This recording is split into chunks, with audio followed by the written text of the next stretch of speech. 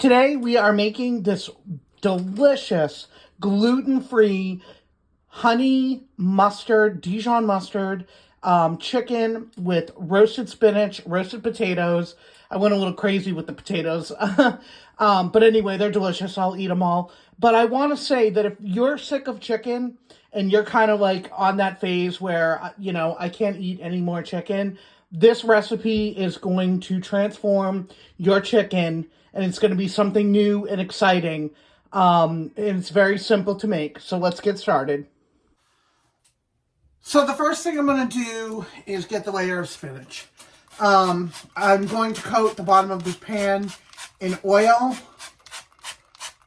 Get that well coated. This is a 5-ounce package, so I'm using a 9x13 pan. You know how spinach cooks and it literally melts down to nothing. You can, it kind of cooks down to nothing. So you can use the larger size of the spinach. Okay, I'm going to spray this again. You want to kind of coat it in between layers with oil, because whatever is not covered in oil is going to singe. So you kind of want to get some oil in there. Yeah. So I probably should have done a smaller layer and then sprayed. But anyway, I'm kind of backpedaling at this point. So yep, go ahead and spray that. And then I'm going to add the rest of this. Don't worry about your pan being overfilled.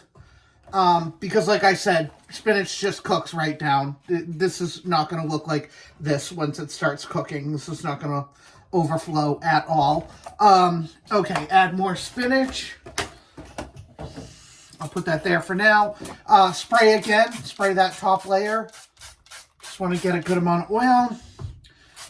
I use olive oil. This is just my spray bottle that I transfer and pour it into. It has a pour spout, and it also has a spray. It helps save the earth by not throwing as many spray bottles in the trash. It's also more cost-friendly because, you can buy bulk oil and just keep refilling that. And then you want to add salt. Heavily salt this. Here we go. Getting that salt everywhere. Just kind of coat it. And then pepper. Oh, there's a little stray piece of spinach. I'll throw that in there. Want all the spinach you can get. And then go ahead and pepper that up. This is just seasoning to your liking. I wait until I can literally see it on the leaves. When I can see it, I know I have enough. So if that helps you. But start off with a little and increase it, as needed.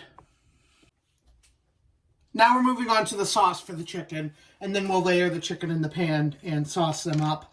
Okay, so the first thing that I'm going to start off with is the Dijon mustard. This is just equal parts. So, oops, I didn't shake that. Okay, so this is just equal parts, so, about that much. This is a small, that's not a soup bowl, that's more of like a fruit bowl. So you can see it's not a very large bowl, so I would say 4 to 5 tablespoons at least. And then add the honey. Try to do it about equal parts. So there, you see that? And then thyme, generously. This is the only spice we're using, so you want to be pretty generous with it. You really want to see it, the green specks throughout the sauce. So, like, what's that, a tablespoon? Teaspoon? Just a good amount. And then you need a little drop of oil. Changes the texture, and, just a little bit. About a tablespoon to teaspoon or two of oil. And then that's your marinade. That's your sauce. Just mix this together.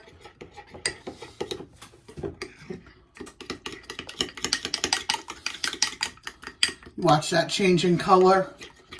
how delicious that looks. Oh, of course, I'm messy today. I'm making a mess. I'm gonna have to wash my hands when I turn the camera off. Okay, so then that's the sauce. Okay, so I use the thin sliced chicken.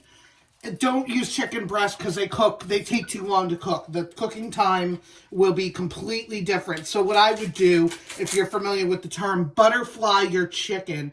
That means to cut it, instead of into little slices, you cut the width of the chicken and you make it into thin cutlets. But what I went ahead and did is I bought, it's already thin. This is already butterflied. Layer that on top of the spinach. I know it seems weird, raw chicken, but it's going to cook. Don't worry about this at all. Okay, there's my 3 pieces. That's what I planned on getting. Usually the thin chicken comes in packs of 3, unless you're buying a family pack. So keep that in mind, how many people you're serving, how much you'll need. Pour this sauce over all the chicken and cover. Spread it with your spoon so that the chicken is covered. And get all that goodness out of there. This is such an easy recipe and it's so good. I used to put the potatoes in the pan. And that's what this is a recipe I found online. I didn't create this. And the original recipe was to put the potatoes in the pan, but the potatoes take so long to cook. The timing was way off. So I cooked the potatoes separately, and that's what we're going to do next, is we're going to put this in the oven for 25 to 30 minutes, and then we're going to go move on to the potatoes.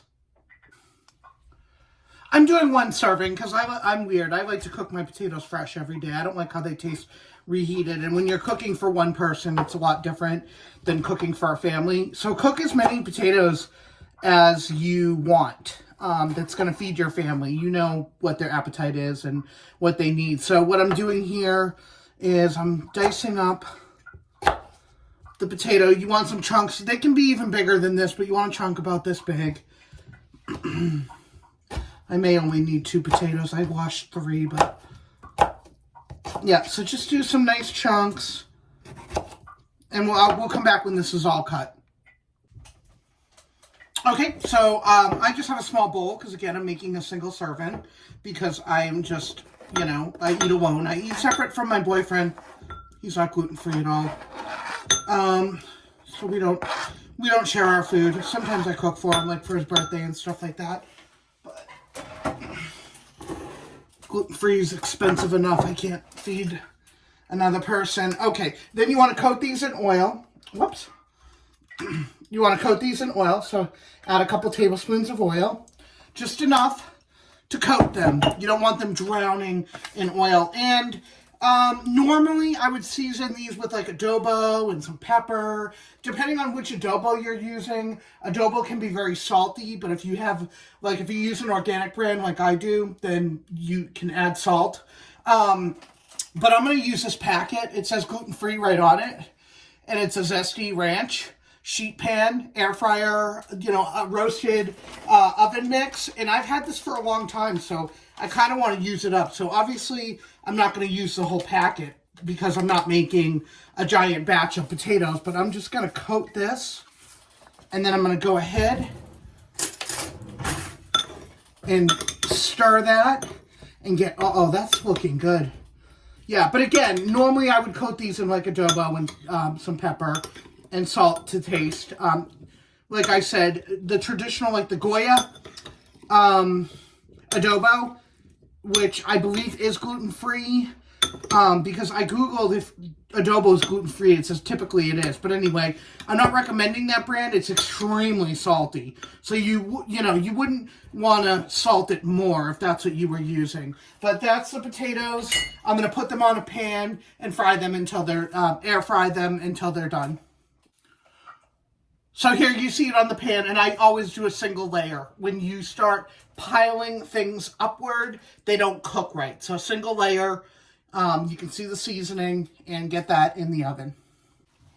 All right, I cooked the pan fries for about 20 minutes on my convection mode or air fryer, whatever you have, that will speed up the process. If you put them in the regular oven, they're going to take a little longer. But this chicken took 25 minutes because, and it looks and smells delicious, because it's so thin, it just cooks very quickly. So you don't want to overdo this chicken. And all you do is you scoop out the spinach, and there's some sauce in the bottom. I never waste any of that sauce. Pour it over your chicken and enjoy eating. Actually, let me get a closer look. Enjoy eating gluten-free again.